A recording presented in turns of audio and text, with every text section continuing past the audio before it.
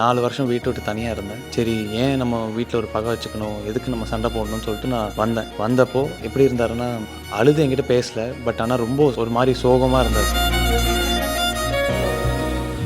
Chennai Samartha Aviation College, best aviation college in South India. Max Gold, cash for gold. Call 044 4545 4545. And Lexco Holidays presents Behind Notes அன்புள்ள அப்பா. Powered by Saubhagya Home and Kitchen Appliances. எதுக்கு இந்த 4 வருஷம் போனேன், நாங்கள் தான் இருக்கோம்ல அப்படின்னு சொல்லிட்டு அந்த ஒரு ஃபேஸோட பக்கத்துலேயே தான் உட்காந்துட்டு இருந்தார். அது என்னால் பார்க்க முடிஞ்சது. ப்ளஸ் அம்மா உட்காந்து சொல்லிட்டு இருந்தாங்க. அப்பா வந்து எங்கிட்டலாம் இந்த மாதிரி பேசி அழுதாரு, நீ போனதுக்கு, நீ இப்படி இருந்ததுக்கு. பட் நானும் அதுவும் எனக்கு ஒரு மாதிரி ஆனதுக்கப்புறம் நான் கூட போய் உட்காந்து பேசி இப்போ வரைக்கும் அப்படி தான் ஜாலியாக இருப்பார். எவ்வளோதான் கஷ்டம் இருந்தாலும், எவ்வளோதான் ஒரு சோகம் இருந்தாலும், அந்த ஒரு மேல் ஃபிகர், அந்த ஃபாதர்னு இருக்கிற ஒரு பர்சன் வந்து ரொம்பவே ஸ்ட்ராங்காக இருப்பார். அண்ட் நிறைய விஷயங்கள் அவர் வெளில காட்ட மாட்டார், அண்ட் வெளில சொல்லிக்கவும் மாட்டார். அவராக சைலண்ட்டாக போயிட்டு குடும்பத்துக்கு என்ன பண்ணணுமோ, பசங்களுக்கு என்ன பண்ணணுமோ அவராக போயிட்டு சைலண்ட்டாக செஞ்சு கொடுத்துட்டு எடுத்துகிட்டு வருவார். ரியாஸ்கானோட பையன், இவன் இப்போ நடித்தா இவன் ஹீரோ ஆகிடுவான். நிறைய பேர் சொல்லியிருக்காங்க, நீ ஒரு ஹீரோ, நீங்கள் படம் பண்ண மாட்டேங்கிற. படம் எப்படி நம்ம கடையில் போய்ட்டு சாக்லேட் வாங்குற மாதிரி கிடையாதுல்ல, அதுக்கு நிறைய வேலை இருக்குது, ஆடிஷன்ஸ் இருக்குது. எனக்கு தெரிஞ்சு நான் ஒரு 40-50 ஆடிஷன்ஸ் போயிருக்கேன். அந்த மாதிரி ஆல்மோஸ்ட் 45 இல்லை 40 இயர்ஸாகவே அந்த டிசிப்ளின் இப்போ வரைக்கும் மெயின்டைன் பண்ணுறாரு. இது எப்படின்னு பார்த்தீங்கன்னா, அவர் சாப்பிட்ற சாப்பாடாக இருக்கட்டும், வீட்டில் இருக்கிற அந்த ஒரு ருட்டீனாக இருக்கட்டும், ஜிம்முக்கு போகிறதா இருக்கட்டும், உடம்பை ஃபிட்டாக வைக்கிறதா இருக்கட்டும், எல்லாமே அந்த ஒரு டிசிப்ளின் இப்போ வரைக்கும் இருக்குது. சாப்பாடில் இப்போ வரைக்கும் உப்பு போட மாட்டார். உப்போ இல்லை சிக்கன் கிரேவியோ இல்லை தோசை சாம்பாரோ அதெல்லாம் சாப்பிட்டதே கிடையாது அவ்வளோவா. அது யாரும் சொன்னாலும் நம்ப மாட்டாங்க. ஸோ ஹாய் எல்லாருக்கும் வணக்கம். நான் உங்கள் ஷாரிக். முக்கால்வாசி நேரம் நான் எங்கள் அம்மாவோட தான் இருந்தேன். ஏன்னா எங்கள் அம்மாவுக்கு மட்டும்தான் நான் இருந்தேன், அம்மாவோட பையனா அப்படி. பட் இயர்ஸ் போக போக அப்பா வந்து ஒரு முக்கியமான ஒரு பர்சன் ஆனார். அண்ட் அவர் நிறைய விஷயங்கள் சொல்லிக் கொடுக்க ஆரம்பித்தார். அப்போ தான் எனக்கு இந்த மாதிரி பண்ணணும், இப்படி இருக்கணும், எப்படி ரெஸ்பெக்ட் பண்ணணும், உன்னோட டிசிப்ளின் எப்படி இருக்கணும், நிறைய விஷயங்கள் ஒன்று ஒன்றா சொல்லிக் கொடுத்தாரு. அண்ட் எல்லா குடும்பத்துலேயும் அந்த ஃபாதர்னு இருக்கிற ஒரு பர்சன் வந்து ரொம்பவே முக்கியமான ஒரு பர்சனாக இருப்பாங்க. எவ்வளோ தான் கஷ்டம் இருந்தாலும், எவ்வளோ தான் ஒரு சோகம் இருந்தாலும், அந்த ஒரு மேல் ஃபிகர், அந்த ஃபாதர்னு இருக்கிற ஒரு பர்சன் வந்து ரொம்பவே ஸ்ட்ராங்காக இருப்பார். அண்ட் நிறைய விஷயங்கள் அவர் வெளில காட்ட மாட்டார், அண்ட் வெளில சொல்லிக்கவும் மாட்டார். அவராக சைலண்ட்டாக போயிட்டு குடும்பத்துக்கு என்ன பண்ணணுமோ, பசங்களுக்கு என்ன பண்ணணுமோ அவராக போயிட்டு சைலண்ட்டாக செஞ்சு கொடுத்துட்டு எடுத்துகிட்டு வருவார். ஸோ அந்த மாதிரியான ஒரு பர்சன் தான் இப்போ நானும் மாறி இருக்கேன். அண்ட் என் பசங்களுக்கும் என் ஒய்ஃபுக்குமே நான் இப்போ ஒரு ஃபாதராக தான் இருக்கேன். ஸோ என் பசங்களுக்கும் நான் அவங்களுக்கு என்ன கஷ்டமோ இல்லை ஏதோ ஒரு சிச்சுவேஷன், ஒரு ஹார்ட் சிச்சுவேஷன் ஏதோ ஒன்று வருதோ, அவங்களுக்கு நான் கொண்டு போய் ஷேர் பண்ணுறது கிடையாது, ஒய்ஃப்கிட்டையும் போய் ஷேர் பண்ணுறது கிடையாது. ஸோ ஒரு ஃபாதரான என்ன பண்ணுமோ, இது ஒரு பெரிய ரெஸ்பான்சிபிலிட்டி. ஸோ அதை நம்ம உணர்ந்து குடும்பத்தை வந்து நம்ம எவ்வளோ சந்தோஷமாக, எவ்வளோ ஹாப்பியாக பார்த்துக்கணுமோ அந்த ஒரு ஃபாதர் கையில் தான் இருக்குது. அந்த ஃபாதர் ரொம்பவே முக்கியம். பேசும்பொழுது சொன்னீங்க, இப்போது நானும் அப்பாவாக இருக்கேன் அப்படின்னும் பொழுது, அப்பாவானதுக்கப்புறம் நிறைய விஷயங்கள் வந்து ஃபீல் பண்ண முடிஞ்சிருக்கும். அப்படி ஃபீல் பண்ணதுக்கப்புறம் அப்பாவாக இருக்கிறது இவ்வளோ கஷ்டங்கிறத தாண்டி இவ்வளோ ரெஸ்பான்சிபிலிட்டி அப்படிங்கிற மாதிரி நிறைய விஷயங்கள் ஃபீல் பண்ணியிருப்பீங்கள்ல. அப்போது அந்த தருணத்தில் அப்பாவை பார்த்து பெருமைப்பட்ட விஷயம் என்ன? அப்பாவை பார்த்து பெருமைப்பட்டதோட, நான் சின்ன வயசில் இருக்கும்போது நிறைய பேர் என்ன பண்ணுவாங்கன்னா, அப்பா சம்டைம்ஸ் மதிக்காமல் இருப்பாங்க, இல்லை அவர் ஒன்று சொல்லி நம்ம வேறு ஏதோ ஒன்று பண்ணுவோம், ஒரு இர்ரெஸ்பான்சிபிளாக இருப்போம் சில நிறைய விஷயங்களில். அதெல்லாம் எப்போ தெரிய வந்தேன்னா, நான் அப்பா ஆனதுக்கப்புறம் என் பசங்க அது பண்ணும்போது எனக்கு அப்படியே மண்டெல்லாம் அப்படியே ஒரு மாதிரி, நானும் இப்படி தான் இருந்தேனே, நானும் இப்படி தான் பண்ணேனே. ஒருவேளை அப்பா அதனால தான் ஆப்போசிட் ரியாக்ஷன் இருக்கும்ல. ஏன்னா என் பாப்பா பண்ணும்போது அதை நான் ஆப்போசிட்டில் பார்ப்பேன், அப்படியே ஒரு மாதிரி இருக்கும், ஏன் இப்படி சொன்ன பேச்சு கேட்கலன்னு. அப்புறம் தான் நான் யோசிப்பேன் கொஞ்சம் நேரம் கழித்து நைட்டாக, இதே நான் அந்த வயசில் சொன்ன பேச்சு கேட்டிருந்தேன்னா இன்னும் கொஞ்சம் பெரிய ஆளாக இருப்பேன், இன்னும் கொஞ்சம் ரெஸ்பான்சிபிலிட்டி வந்திருக்கும். உங்களோட அப்பாவை பற்றி சொல்லும்பொழுது என்னென்னா, நிறைய பேருக்கு இப்போ வரைக்கும் தோன்ற ஒரு விஷயம், இப்போயும் ஃபிட்டாக இருக்கார், அதுக்காக நிறைய ஹார்ட் ஒர்க் பண்ணுறாரு அப்படிங்கிறதுலாம் தெரியும். ஆனால் இதெல்லாம் வெளியிலேருந்து பார்க்குற ஆட்களுக்கு கண்ணுக்கு தெரியக்கூடிய விஷயங்கள். இதை தாண்டி இதெல்லாம் யாருக்கும் தெரியாது, ஆனால் என் அப்பா இதெல்லாத்தையும் கடந்து வந்திருக்காருன்னா என்ன விஷயம்? எல்லாருக்கும் தெரியறது ஒன்றும் இல்லை. எங்கள் அப்பா வந்து ஆல்மோஸ்ட் 45 இல்லை 40 இயர்ஸாகவே அந்த டிசிப்ளின் இப்போ வரைக்கும் மெயின்டைன் பண்ணுறாரு. எப்படின்னு பார்த்தீங்கன்னா, அவர் சாப்பிட்ற சாப்பாடாக இருக்கட்டும், அவர் வீட்டில் இருக்கிற அந்த ஒரு ருட்டீனாக இருக்கட்டும், ஜிம்முக்கு போகிறதா இருக்கட்டும், உடம்ப ஃபிட்டாக வைக்கிறதா இருக்கட்டும், எல்லாமே அந்த ஒரு டிசிப்ளின் இப்போ வரைக்கும் இருக்குது. சாப்பாடில் இப்போ வரைக்கும் உப்பு போட மாட்டார். உப்போ இல்லை சிக்கன் கிரேவியோ இல்லை தோசை சாம்பாரோ அதெல்லாம் சாப்பிட்டதே கிடையாது அவ்வளோவா. ஒன்ஸ் இன் அ வைல் சாப்பிட்றது இருக்கும், சும்மா லைட்டாக தொட்டு. பட் இது வரைக்கும் சாப்பிட்டது கிடையாது. அது யாரும் சொன்னாலும் நம்ப மாட்டாங்க. இப்போது நீங்களும் எடுத்துக்கோங்களேன். நீங்கள் வந்து ஒரு 5 இயர்ஸாக பயங்கர டிசிப்ளினாக இருக்கீங்க. பட் ஆனால் தோசை சாப்பிட்ணுன்னு தோணும், சாம்பார் சாப்பிட்ணுன்னு தோணும். அதெல்லாம் சுத்தமாக பண்ணது கிடையாது. அதை மீறி வந்து தெரியாத ஒரு விஷயம்லாம் இல்லை. அப்பா வந்து அந்த மாதிரிலாம் எதுவும் பண்ணது கிடையாது. அவர் ரொம்பவே டிசிப்ளின். ஆனால் அந்த மாதிரி ஒரு டிசிப்ளினாக நானும் இருக்கணும்னு நிறைய ட்ரை பண்ணுறேன். இது வரைக்கும் அந்த ஒரு முயற்சியிலே தான் இருக்குது. என்னால் பண்ண முடியல. அது வந்து கம்ப்ளீட் பண்ண முடியல. ஏன்னா ரொம்ப கஷ்டமான ஒரு விஷயம். அந்த டிசிப்ளின் வரணும்னா அது ஒரு பெரிய ஒரு ஹார்ட் ஒர்க். இப்போ சினிமாவோ இல்லை ஆஃபீஸ் போகிறவங்களுக்கோ நிறைய பேருக்கு அது ஒர்க் பண்ணுறது ஒரு ஹார்ட் ஒர்க். அது அது பண்ணால் தான் அந்த ஒரு பலன் கிடைக்கும். ஸோ எங்கள் அப்பா வந்து அந்த ஒரு ஹார்ட் ஒர்க் அவரால் மட்டும்தான் அது பண்ண முடியும். அந்த உடம்போ இல்லை அந்த டெடிகேஷனோ whatever it is only he can do it. அதை பார்த்து நம்ம இன்ஸ்பயர் ஆகி நம்ம கொஞ்சம் எஃபோர்ட் போட்டால் தான் நம்மளால் பண்ண முடியும். மற்றபடி சான்ஸே இல்லை. அப்பா சினிமாவில் அண்ட் சினிமாக்காக பட்ட கஷ்டங்கள் என்னென்ன? நிறையா இருக்குது. அவர் சினிமாக்காக கஷ்டப்பட்டது வந்துலாம் எக்கச்சக்கமாக இருக்கா. ஏன்னா அவர் அந்த 18 சினிமாக்குள்ளே வந்துட்டார். ஃபஸ்ட்டு தெலுங்கு படம் தான் பண்ணார். ஸோ அப்பத்துலேருந்து இப்போ வரைக்குமே எல்லாருக்கும் இருக்கிற அந்த ஒரு ஸ்ட்ரகிள் போயிட்டே தான் இருக்குது. அவரோட டெடிகேஷன்லாம் சொல்லணும்னு பார்த்தீங்கன்னா, எனக்கு தெரிஞ்சு யாருமே இருக்க மாட்டாங்க. ஏன்னா அந்த உடம்பை வந்து ஒரு படத்துக்குன்னு கொண்டு வரத்துக்கு நிறைய ஆர்டிஸ்ட் வந்து அந்த ஒரு படத்துக்குன்னு தான் கொண்டு வருவாங்க. எங்கள் அப்பா வந்து டே ஒன்லேருந்து இப்போ வரைக்குமே அந்த உடம்பு அப்படியே தான் வச்சுருக்காரு. அண்ட் நந்தினின்னு ஒரு சீரியல் பண்ணார்.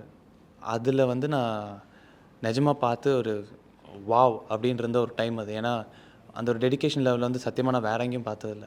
ஒரு படம் வந்து ஒரு 80 டேஸ் இல்லை 90 டேஸ் ஒரு ட்ராவலிங் போகும். அந்த ஒரு பீரியடுக்கு ஒரு திருநங்கையாக நடிக்கிறாங்கன்னா அதுக்கு ஒரு ஃபார்மேட் மாதிரி போய் நடித்து வருவாங்க. பட் ஆனால் அப்பா வந்து ஆல்மோஸ்ட் லைக் 2 to 3 இயர்ஸ் அந்த சீரியல் அந்த ஒரு கேரக்டர் பண்ணாங்க. பட் ஆனால் அதுக்கான ஒரு டெடிகேஷன் வந்து சான்ஸே இல்லை. ஏன்னா நான் இது வரைக்கும் அவ்வளோ ஒரு இன்வால்வ்டான ஒரு பர்சன். ஏன்னா த்ரூ அவுட்டாக இருந்து வீட்லேயுமே எங்ககிட்ட அப்பப்போ சும்மா அந்த மாதிரிலாம் நடித்து பேசுவார். அந்த ஒரு கேரக்டராக ஒரு லைட்டாக ஒரு ஃபெமினிசம் லைட்டாக ஒன்று வரும். என்னடா ஷாரிக் எப்படி இருக்கே அப்படின்னு. நானும் கேட்பேன், என்னப்பா இப்படி ஆகிட்டு. இல்லைடா நான் காலையில் நைட் வரைக்கும் நடிச்சு இப்போ நான் வேணும்ட்டு உங்ககிட்ட நடிக்க போகிறேன் இப்போன்ட்டு.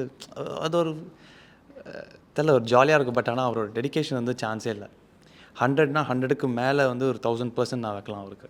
நீங்கள், அப்பா, அம்மா 3 பேரும் முக்கியமாக ஒரு புள்ளியில் இணைவீங்க அப்படின்னா அது சினிமா. 3 பேருக்கும் காமனாக இருக்கக்கூடிய விஷயம். சினிமாவில் இருக்கக்கூடிய கொண்டாட்டங்கள் பற்றி நம்ம நிறைய பார்த்துருக்கோம். ஆனால் டார்க் சைட் ஆஃப் சினிமா அப்படிங்கிறது அதுக்குள்ளே இருந்து அதுலேயே ட்ராவல் பண்ணுறவங்களுக்கு மட்டும்தான் தெரியும். அப்படி இருக்கும் பொழுது அப்பா உங்ககிட்ட இது எல்லாமே சினிமாவில் இருக்குது, இதையும் தெரிஞ்சு வச்சுக்கோன்னு சொன்ன மிகப்பெரிய அட்வைஸ் என்ன? என்னதான் நான் ஒரு செலிப்ரிட்டியோட பையனாக இருந்தாலும் சினிமாவில் வந்து சான்ஸ் ஒன்று கிடைக்குதுன்னா அதை நம்ம தான் தக்க வச்சுக்கணும். எல்லாருமே டக்குன்னு பெரிய ஆள் ஆகிட முடியாது. எல்லாருமே சூப்பர் ஸ்டார் ஆகிட முடியாது. இப்போது ஒரு பெரிய ஆர்டிஸ்ட் பெரிய ஸ்டாரோட பையன் நடிக்கிறாங்கன்னா அவங்களுக்குமே அந்த ஒரு வாய்ப்பு இருக்கும். ஏன்னா அவங்களுமே தக்க வைக்கணும். எனக்கு வந்து ரொம்பவே கஷ்டமாக இருந்துச்சு அந்த ஒரு சினிமாக்குள்ளே வந்து. இன்னும் நான் ஃபுல்லாக கம்ப்ளீட்டாக வரக்கூட இல்லை. But still I am trying my best. ஏன்னா எனக்கு வந்து ஆப்போசிட்டில் வந்து காம்படிட்டர்னு போட்டின்னு பார்த்தீங்கன்னா நிறைய பேர் இருக்காங்க. ஏதோ 1, 2, 3ன்னு இல்லாமல் ஒரு 20-30 பேர் இருக்காங்க. ஸோ அந்த 20-30 பேரில் நானும் ஒருத்தராக தான் இருக்கேன். அப்பா சொன்னது தான், உனக்கு ஈஸியாக எதுவும் கிடைக்காது. நீ அதுக்கான ஒரு எஃபர்ட் போடணும், அதுக்கான ஹார்ட் ஒர்க் பண்ணணும், அதுக்கு ஒரு ஒரு ஸ்டெப் நீ எடுத்து வைக்கணும். ஒரு செகண்ட் கூட நீ பின் வாங்கக்கூடாது. சேம் இப்போ நம்ம ஏதோ ஒரு ஆஃபீஸில் ஒர்க் பண்ணோன்னா நம்ம 365 டேஸ் நம்ம அங்கே ஆஃபீஸில் இருப்போம், ஒர்க் பண்ணுவோம். அந்த கம்ப்யூட்டர் முன்னாடி உட்காரும், அது இருக்கும், நிறைய ஒர்க் அவங்க கொடுப்பாங்க, எடுத்து பண்ணணும். ஸோ சினிமாலேயும் அதே மாதிரி தான். நம்ம ஒரு ஒர்க்னால் அந்த ஒர்க்கு ஒரு 100% நம்ம உள்ளே கொடுத்தா மட்டும்தான் அது வெளில வரும். ஸோ அது அப்பா வந்து டெய்லி சொல்லுவார். இப்போ வரைக்கும் வீக் பேக் கூட ஊருக்கு துபாயில் இருக்கார் இப்போது. ஸோ ஊருக்கு போகிறதுக்கு முன்னாடி கூட சொன்னார், நீ எப்போவுமே உன்னோட ஹார்ட் ஒர்க் நீ கொடுத்துட்டே இருக்கணும், உன் உடம்பை மெயின்டைன் பண்ணிகிட்டே இருக்கணும், உன்னோட ப்ரெசன்ஸை நீ வெளில காட்டிகிட்டே இருக்கணும்.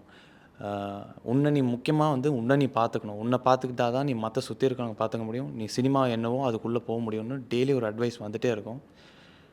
பட் இதுதான் ஒரு ஒரு வாய்ப்பு வந்து டக்குன்னு உள்ளே போயிட முடியாது. சரி, ரியாஸ் கானோட ஒரு பையன், இவன் இப்போ நடித்தா இவன் ஹீரோ ஆகிடுவான். நிறைய பேர் சொல்லியிருக்காங்க, நீ ஒரு ஹீரோ, நீங்கள் ஏன் படம் பண்ண மாட்டேங்கிறேன். படம் எப்படி நம்ம கடையில் போய்ட்டு சாக்லேட் வாங்குற மாதிரி கிடையாதுல்ல. அதுக்கு நிறைய வேலை இருக்குது, ஆடிஷன்ஸ் இருக்குது. எனக்கு தெரிஞ்சு நான் ஒரு 40-50 ஆடிஷன்ஸ் போயிருப்பேன் அந்த மாதிரி. ஸோ ஆடிஷன்ஸ் போய் செலக்ட் ஆகலைன்னா கூட நம்ம வருத்தப்படக்கூடாது. ஏன்னா அடுத்த ஸ்டெப் போயிட்டே இருக்கணும். ஓகே, இவங்களுக்கு இல்லைன்னா நம்ம அடுத்து போயிட்டே இருக்கணும். அந்த மாதிரி நிறையா இருக்குது இதில். நீங்கள் சொன்ன விதத்துலேயும் சரி, நாங்கள் வெளியிலேருந்து பார்த்த விதத்துலேயும் சரி, அப்பா வந்து பார்வைக்கு கம்பீரமானவராகவும் ரொம்ப மகிழ்ச்சியாக இருக்கக்கூடிய ஒருத்தராகவும் எங்களுடைய கண்களுக்கு தெரியாரு.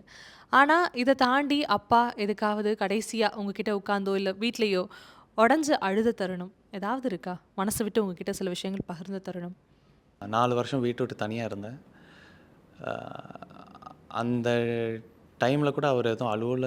இப்போ வரைக்கும் நான் அழுது பார்த்ததில்ல அவரை. அவர் அவ்வளோ ஸ்ட்ராங்கான ஒரு பர்சன். இது வரைக்கும் அழுது அவரை பார்த்தது கிடையாது. பட் அந்த 3 வருஷம் வீட்டில் ஒரு சின்ன ஒரு மிஸ் அண்டர்ஸ்டாண்டிங் சண்டை போட்டு நான் வெளில போனதுக்கப்புறம், அந்த 4 வருஷம் முடிஞ்சதுக்கப்புறம் நான் வந்தேன் திருப்பியும். சரி, ஏன் நம்ம வீட்டில் ஒரு பகை வச்சுக்கணும், எதுக்கு நம்ம சண்டை போடணும்னு சொல்லிட்டு நான் வந்தப்போ ஒரு வாரம் என்கிட்ட நார்மலாக பேசினார். எப்படி இருந்தாருன்னா, இதுக்கு முன்னாடி ஒரு சண்டை நடந்த மாதிரியே காட்டிக்கல. நான் அந்த 4 வருஷம் அவர் ஃபேமிலியை விட்டு கொஞ்சம் தள்ளி இருந்ததையும் காட்டிக்கல அவர். ஒரு 1 வீக் ஜாலியாக இருந்தார். அந்த ஒரு 1 வீக் முடிஞ்சதுக்கப்புறம் ஒரு நாள் வந்து அழுது என்கிட்ட பேசல. பட் ஆனால் ரொம்ப ஒரு மாதிரி சோகமாக இருந்தார். எதுக்கு இந்த 4 வருஷம் போனேன், நாங்கள் தான் இருக்கோம்ல அப்படின்னு சொல்லிட்டு அந்த ஒரு ஃபேஸோட பக்கத்துலேயே தான் உட்காந்துட்டு இருந்தார். அது என்னால் பார்க்க முடிஞ்சது. ப்ளஸ் அம்மா உட்காந்து சொல்லிட்டு இருந்தாங்க. அப்பா வந்து என்கிட்டலாம் இந்த மாதிரி பேசி அழுதார், நீ போனதுக்கு, நீ இப்படி இருந்ததுக்கு. பட் நானும் அதுவும் எனக்கு ஒரு மாதிரி ஆனதுக்கப்புறம் நான் கூட போய் உட்காந்து பேசி இப்போ வரைக்கும் அப்படி தான் ஜாலியாக இருப்பார். ஸோ அன்றைக்கி ஒரு நாள் நான் முடிவு எடுத்தேன். சரி, நம்ம குடும்பத்தெல்லாம் இப்படிலாம் விட்டு போகக்கூடாது. எல்லாருக்கும் தெரியாது டைம் எப்போ முடியும், எப்போ இதாகும்னு. ஸோ அந்த குடும்பத்தோடு நம்ம ஜாலியாக சந்தோஷமாக இருக்கணும்னு நான் ஒரு முடிவு எடுத்தேன் அதுக்கப்புறம். And it's going on well, ஜாலியாக இருக்குது இப்போ. அப்பா ஒரு ரொம்ப ரெஸ்பான்சிபிலிட்டி மிக்க ஒரு ரோல் அப்படின்னே சொல்லலாம். அதுலேயும் வந்து ஒரு பெண் குழந்தைக்கு அப்பாவாக இருக்கிறது அப்படிங்கிறது கூடுதல் ரெஸ்பான்சிபிலிட்டி. அப்படி இருக்கும் பொழுது ஷாரிக் ஒரு பெண் குழந்தைக்கு அப்பாவாக இருக்கிறப்போ என்ன மாதிரியான ரெஸ்பான்சிபிலிட்டியை ஹேண்டில் பண்ணுறாரு? பாப்பாவுக்கு வந்து இப்போது ஷீஸ் 11 இயர்ஸ் now. என்ன தான் நான் இப்போது அவங்க லைஃப்குள்ளே இப்போ வந்தாலும் அவங்க லைஃப்பில் வந்து நான் டே 1லேருந்து இருக்கேன்னு தான் அவங்க நினச்சிட்ருக்காங்க. ஸோ நானுமே அப்படி தான் நினச்சி கூட இருக்கேன் நான் பாப்பாவோட. அண்ட் பசங்களோட பொண்ணுக்கிட்ட இருக்கிற ரெஸ்பான்சிபிலிட்டி வந்து எப்படின்னா நிறையா இருக்குது. ஏன்னா பாய்ஸ் வேறு, கேர்ள்ஸ் வேறு. பாய்ஸ் வந்து டோட்டலாக ஆப்போசிட். ஏன்னா இப்போ எனக்கு ஒரு பையனும் இருக்கான். ஸோ அவனை நான் இப்போ பார்க்குற குழந்தையிலேருந்து அவன் டோட்டலாக ஆப்போசிட். பொண்ணுங்களுக்கு வந்து we have to be there. ஏன்னா நிறைய பேர் சொல்லுவாங்க டேடிஸ் பிரின்சஸ்லாம் சொல்லுவாங்க. பட் அது உண்மை தான். அது பொண்ணுக்கு வந்து நான் எப்படி அவங்க முன்னாடி நான் இருக்கேன்னா, அவங்க இன்கேஸ் பெருசானதுக்கப்புறம் கல்யாணம் பண்ணுறாங்க அப்படின்னா, அந்த கல்யாணம் பண்ணுற ஒரு பையன் வந்து அப்பா மாதிரி இருக்கணுன்ட்டு தான் பார்த்து சூஸ் பண்ணுவாங்க எனக்கு தெரிஞ்சு. ஏன்னா அவங்க கண்ணுக்கு வந்து அவ்வளோ ப்ராப்பராக, ஒரு ரெஸ்பான்சிபிளாக, அவ்வளோ கேரிங்காக, அவ்வளோ லவ்விங்காக, ஃபேமிலிக்கு என்ன பண்ணணுமோ, பசங்களுக்கு என்ன பண்ணணுமோ வந்து பொண்ணுங்க நல்லா பார்ப்பாங்க அதை. எனக்கு தெரிஞ்சு இப்போ கூட ரீசெண்டாக ஒரு 1 வீக் பேக் கூட சொல்லிட்டு இருந்தாங்க. ஒய்ஃப் என்கிட்ட பாப்பா கிட்ட போய் கேட்டப்போ, சரி நீ கல்யாணம் பண்ண எப்படி எந்த மாதிரி பையனை கல்யாணம் பண்ணணுன்னு கேட்டதுக்கு வந்து, நான் அப்பா மாதிரி இருக்கிற ஒரு பையனை தான் கல்யாணம் பண்ணேன். ஏன் அப்படின்னு, இல்லைனா நான் அப்பாவே கல்யாணம் பண்ணிப்பேன் அப்படின்னா. எனக்கு ஆக்சுவலி சந்தோஷமாக இருக்கும். சம்டைம்ஸ் நான் பேச மாட்டேன் அவ்வளோவா.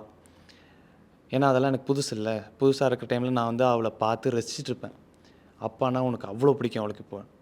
அண்ட் என்னதான் இருந்தாலும் பொன் குழந்தைன்னு இருக்கும்போது அவங்கக்கிட்ட எப்படி நடந்துக்கணுன்னு இருக்குது. அண்ட் அவங்க பார்வையில் அம்மாக்கிட்டேயும் சரி எப்படி நடந்துக்கணுன்னு இருக்குது. சுற்றி இருக்கிற சரௌண்டிங்ஸில் எப்படி நடந்துக்கணுன்னு இருக்குது. அண்ட் அவங்களுக்கு ஒரு கார்டியனாக, ஒரு பாடி கார்டாக, இல்லை அவங்களுக்கு ஒரு காட், ஒரு மெயின் திங் இம்பார்ட்டண்ட், அது எல்லாத்தோட ஒரு மெயின் திங்காக வந்து நம்ம பொண்ணுங்களுக்கு நம்ம தான் இருப்போம் கூட. அப்பான்னு ஒரு கேரக்டர் தான் கூட இருக்கும். என்றைக்குமே எதாக இருந்தாலுமே பொண்ணுங்களுக்கு வந்து அப்பா தான் ஃபஸ்ட். பசங்களுக்கு எப்படின்னு பார்த்தீங்கன்னா அம்மா ஃபஸ்ட்டாக இருக்கும். ஏன்னா நான் அப்படி தான் இருந்தேன். எனக்கு எல்லாம் இருந்தாலும் அம்மா தான் முக்கியம், அம்மா அம்மா அப்படின்னு இருந்தேன். பட் பொண்ணுங்கன்னு பார்த்தீங்கன்னா பொண்ணுங்களுக்கு வந்து அப்பா வந்து ரொம்பவே முக்கியம். ஏன்னா அப்பா தான் ஒரு வழிகாட்டி. அப்பா தான் எதுவாக இருந்தாலும் ஓகே. அம்மாவோட சண்டை வரும், அது இதுன்னு வரும். நம்ம தான் போய் அப்படியே அழகாக பாப்பா மாதிரி பார் சரி ஒன்றும் இல்லைன்னு நம்ம தான் பார்த்துக்கணும். ஏன்னா நம்மளும் கோவப்பட்டோன்னா அது வந்து டோட்டலாக வேறு மாதிரி ஆகிடும். ஸோ அதனால தான் நான் அப்பா வந்து ரொம்ப முக்கியமான ஒரு கேரக்டர் பொண்ணுங்களுக்கு. உங்கள் பொண்ணு உங்ககிட்ட ரொம்ப ஆசைப்பட்டு கேட்ட ஒரு விஷயம் என்ன? லைஃப் லாங் நீ இப்படி தான் என் கூட ஜாலியாக சந்தோஷமாக இருப்பியான்னு கேட்டால். ஸோ அது கேட்டப்போ ஆப்வியஸ். ஏன்னா என் பொண்ணுங்களுக்கு நான் பொண்ணுக்கிட்ட நான் அப்படி தான் இருக்கணும், ஜாலியாக ஹாப்பியாக சந்தோஷமாக. பட் இது வரைக்கும் ஏன்னா என்கிட்ட எனக்கு இது வாங்கித்தா அது வாங்கித்தா, எனக்கு எங்கே வெளில போகணும் அப்படிலாம் கேட்டதில்லை. எதாக இருந்தாலும் நான் முதல்ல ஒரு படி எடுத்து நான் கூட்டு போய் வாங்கி கொடுத்துருவேன். நான் வெளில கூப்பிட்டு போவேன். நேற்று கூட நான் ஒரு ஷாப்பிங் கூப்பிட்டு போனேன். ஹோம் ஒர்க் பண்ணணும்னு ஏதோ அடம் பிடிச்சிட்டே இருந்தாங்க. அம்மாவும் அவங்களும் செம சண்டை. சரி வாங்க எல்லாம் கிளம்புங்க, நான் ஃபேமிலிஸ் கூப்பிட்டு போகிறேன்னு சொல்லிட்டு ஒரு இடத்துக்கு நான் கூப்பிட்டு போய் அவளுக்கு என்ன வேணுமோ நான் வாங்கி கொடுத்தேன். அவளுக்கு அவள் ஒன்று நிறைய என்கிட்ட எக்ஸ்ப்ரெஸ் பண்ண மாட்டாள், காட்ட மாட்டாள். பட் ஆனால் அவள் என்ன வேணும்ன்ட்டு எனக்கு தெரியும் நல்லா. அண்ட் அதே மாதிரி அவள் அந்த மாதிரி ஒரு மூஞ்சி வச்சா நான் அதை வாங்கி தருவேன்னு அவளுக்கும் தெரியும். ஸோ அதனால் அவள் கேட்குறதில்ல. அவளோட பார்வையிலே தெரிஞ்சிடும், ஓகே அவள் ஏதோ கேட்க வரா, ஓகே நம்ம போய் கொடுத்துருவோம் அப்படின்ட்டு நான் கொடுத்துருவேன் எல்லாத்தையும். ஒரு அப்பாவாக உங்களோட ரோலை வந்து ரொம்ப அழகாக பண்ணிகிட்ருக்கீங்க. ஆனால் ஒரு மகனாக என் அப்பாவுக்கு நான் இதை பண்ணிடணும், என்னைக்காச்சும் நான் இதை பண்ணிடணுங்கிற ஒரு ஏக்கமோ ஒரு ஆசையோ உங்களுக்குள்ளே உண்டா இன்றைக்கி வரைக்கும்? எனக்கு தெரிஞ்ச வரைக்கும் நான் எங்கள் அப்பாவுக்கு வந்து அந்த ஒரு பெருமை சேர்த்ததில்லை அப்படின்னு நான் நினச்சிட்ருக்கேன் இப்போ வரைக்கும். பட் எனக்கு வந்து எங்கள் அப்பாவுக்கு இன்னும் நிறையா பண்ணணும்னு இருக்குது. அவருக்கு தேவையான விஷயங்கள் இன்னும் நிறையா எனக்கு கொடுக்கணுன்னு இருக்குது. அவர் ஆசைப்பட்டதும் சரி, அவர் இந்த சினிமா இண்டஸ்ட்ரியில் இருந்த வரைக்கும் ஆசைப்பட்ட ஒரு விஷயம், அவரால் அச்சீவ் பண்ண முடியாத விஷயங்கள் எல்லாமே எனக்கு சேர்த்து அவருக்கு கொடுக்கணுன்னு ஒரு விஷயம் இருக்குது எனக்கு இப்போ வரைக்கும். அண்ட் அது வந்து கூடிய சீக்கிரம் நிறைவேறிடும் ஹோப்ஃபுல்லி. அண்ட் அதுக்கான ஒரு பாதையும் போயிட்டுருக்கு, அதுக்கான வேலைகளும் போயிட்டுருக்கு. ஸோ அதெல்லாம் உங்ககிட்ட சொன்னதில்லைப்பா, வரும்போது பார்ப்பீங்க அதெல்லாம்.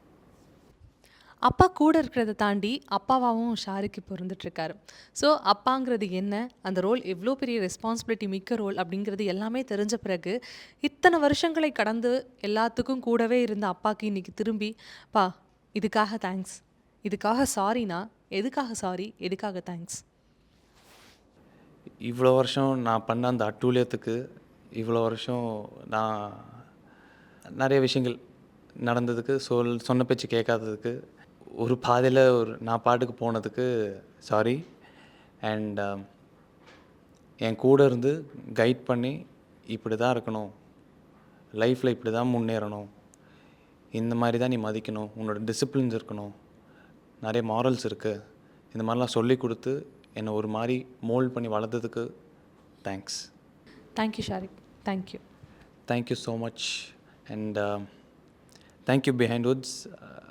ஃபாதர்ஸ் டே அன்றைக்கி இந்த மாதிரி ஒரு இன்டர்வியூவோ இல்லை இந்த மாதிரி ஒரு செட்டப்பில் உட்கார வச்சு என்னை பேச வச்சதுக்கும் தேங்க்ஸ். அண்ட் ஒரு ஒரு ஒரு பெரிய விஷயந்தான் அது. ஏன்னா ஃபாதர்ஸ் டேக்கு ஒருத்தர் கூப்பிட்டு உட்கார வச்சு நீங்கள் என்ன இப்படி பண்ணதில் ரொம்பவே சந்தோஷம். Thank you so much. Behindwoods அன்புள்ள அப்பா title sponsor Chennai Samirtha aviation, hotel management, nursing. ஈஸியாக படிங்க சாலரியோட. உங்கள் தங்க நகையை விற்று பணம் பெற Max Gold call 04445454545. Max Gold, cash for gold. Let's go holidays, travel beyond boundaries. Powered by Saubhagya Home and Kitchen Appliances. Chennai Samartha Aviation College, best aviation college in South India. Max Gold, cash for gold. Call 044-4545-4545. And Lexco Holidays presents Behind Woods Anbulla Appa. Powered by Saubhagya Home and Kitchen Appliances.